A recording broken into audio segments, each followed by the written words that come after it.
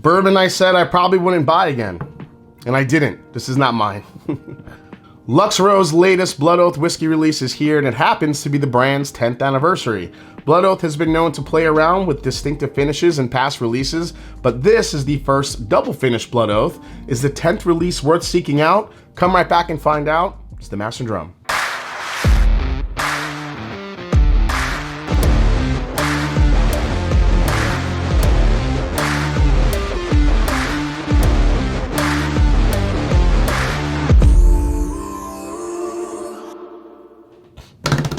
What's up, folks? I'm Jason C. from the Mash and Drum, and welcome back to the show. Like, subscribe, and help me get to 100,000 subscribers for 2024. Really appreciate the support. So I'm going to give this a pour, and before we dive in, I have the perfect gift for Father's Day and for all the Jack Daniels fans out there. You're going to want to hear about this one. It's today's sponsor, Original Grain.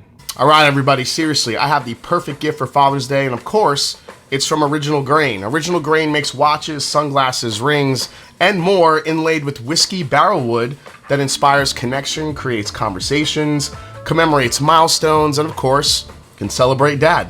Now, since 2013, Original Grain has created watches with whiskey barrels, beer barrels, Taylor guitars, railroad ties, and military surplus crates. It's the ability of Original Grain to take those shared interests and put it into a watch that you could cherish and wear for years to come. Now, as I've mentioned before, they have made some watches that include exclusive partnerships with Stone Brewing Company, Indian Motorcycles, Toyota Racing, and the one I want to talk about today, Jack Daniels. So pretty recently, Original Grain has announced their new official partnership with Jack Daniels, one of the biggest and best distilleries on the planet.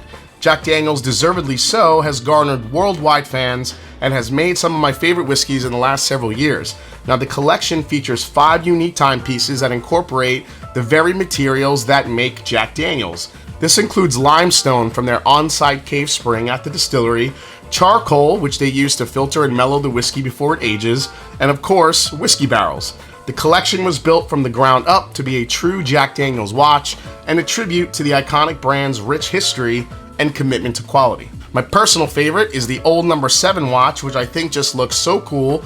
These watches just don't tell time, they tell the story of Jack Daniels, they tell the story of Lynchburg, Tennessee, and they can tell the story of every person who chooses to wear it.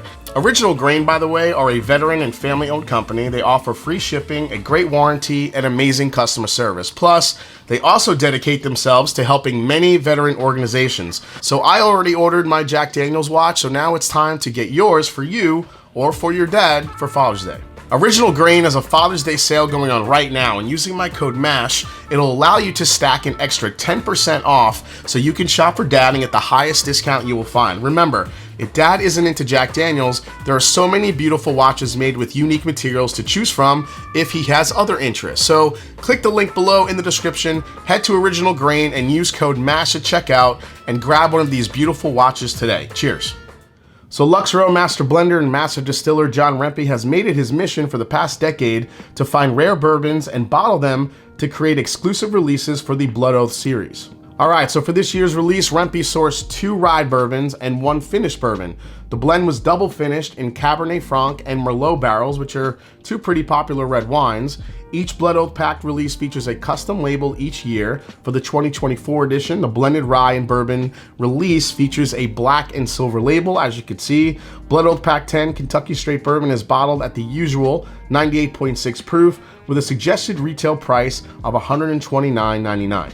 All right, so it has the typical box that it usually comes with the slide up door. I was kind of hoping they would do kind of a gray charcoal box for the 10th anniversary to maybe match it, but they went with the kind of the unstained wood look. Now, the one thing that's interesting about this release is that if you look in the fine print here in that really tiny script that they give you here, I need a damn magnifying glass to read it.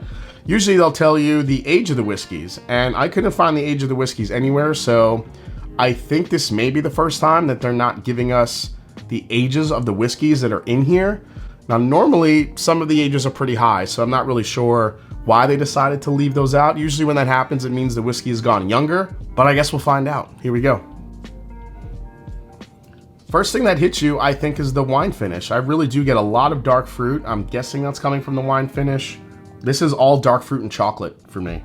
Almost like a cocoa powder type of smell. I feel like the red wine influence is pretty strong on here. It's very fruit forward, but I do like the little bit of cocoa powder, and there's also a little bit of a kind of a leather tobacco thing that I think is kind of trying to balance it out. Overall, really good nose, very sweet, very enticing. That 98.6 proof point, I was really hoping they were going to go at least 100 proof for this, but let's try it. Here we go.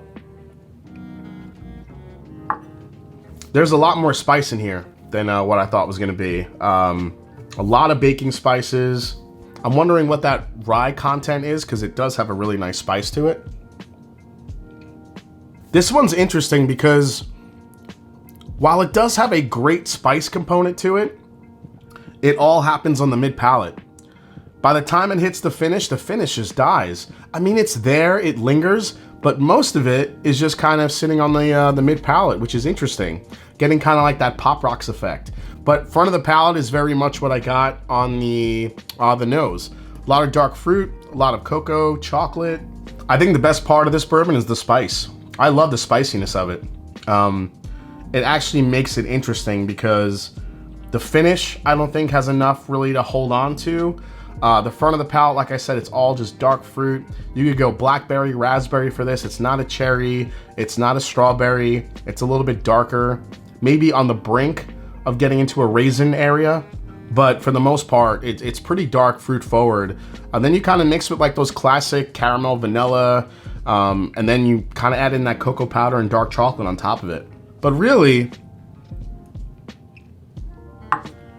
I think my favorite part is the mid palate when the spice kicks in. It's got this sneaky spice driven mid palate that I think is actually really, really good. I don't know, this one's a thinker because, you know, I don't love it. It doesn't blow me away, but at the same time, this is probably one of the better ones I've had in a little while from Blood Oath. Kind of digging it. Yeah, I like it because of that spiciness. It's not the most, I don't think it's the most complex bourbon that you're gonna taste, but overall, this is probably one of the better Blood Oaths in a little bit. So, is it enough to make me want to buy one though? Let's go to the final breakdown. All right, final breakdown on the Blood Oath number 10, or pack number 10, I should say, for 2024, their 10th anniversary edition. Price on this one is $129.99. Resale market value, I've already seen these as high as about $250. Availability on this is actually supposed to be pretty good.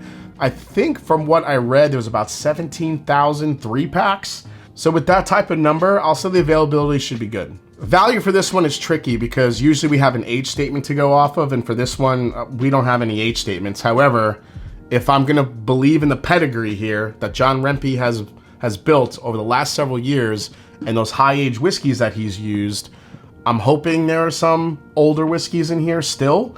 But the fact that there is none, there's no, you know, age statement or any sort of an indication of what these ages are, makes me a little nervous. So for that fact, I'm gonna call this a below average. If there was a 10, 11, 12 year age statement on here, I'd probably say it's even.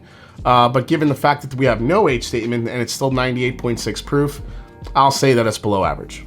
And that will lead me into most I'd pay, because without that lack of knowledge and without knowing exactly what's in this bottle and the 98.6 proof, I would not pay a penny over retail for this. So $130 is my max. As far as alternatives go, you know, red wine finishes, you would think in the realm of finishes, there would be a lot more, but there's not exactly a lot of red wine. Mainly we see port, we see PX, we see Oloroso, we see sherry. We've seen a lot of the Vino de Naranja cask, which is the orange liqueur. We've seen a lot of honey. We've seen a lot of French oak. Not a ton of wine cask finishes. However, I would probably say the best ones for these were either be Bardstown Bourbon Company. They've done a lot of stuff with the Prisoner and a couple of other wine finishes. Then you have Sagamore Spirit, which I think with that rye base can kind of match up to this with some of their finished products. So those would probably be the two alternatives I could think of. And lastly, is this a skip, a try before you buy, a buy, or a buy and back it up? You know what? I actually really dig this. The more I sip it, the more I'm liking it. I think it's kind of evolving a little bit. The wine finish is coming to the forefront. Maybe it's that double finish that's on it that's just giving me a little bit more flavor than I've gotten in the past with some of the recent past with some of the Blood Oath packs. So Blood Oath Pack 10 for me is a buy, but only at retail. Do not overpay for it. I don't think it's worth a penny over the retail market price. But if you could find this at retail, I think it's a damn nice bourbon for 98.6. It has way more spice than I thought it would. I thought it was gonna really fall off with no finish. And while it doesn't really have a super long finish, the spice on the mid palate is what I like most about this. So for me, if you could find it at retail, I think it's a buy. All right, guys, hope you enjoyed this review for the new Blood Oath Pact 10. Hope you enjoyed it. If you did, hit that subscribe button below. Please hit the like button. And if you haven't yet, find me on Instagram. Let me know down in the comments if you've gotten this one yet, what you think about it. Do you agree with my assessment at the end, or are you still out on the Blood Oaths? Or are you back in because of that double finish? Let me know down in the comments. And as I always say, it's not about the whiskey, it's the people you share it with. Cheers. See you next time right here on The Master and Drum. Cheers, folks.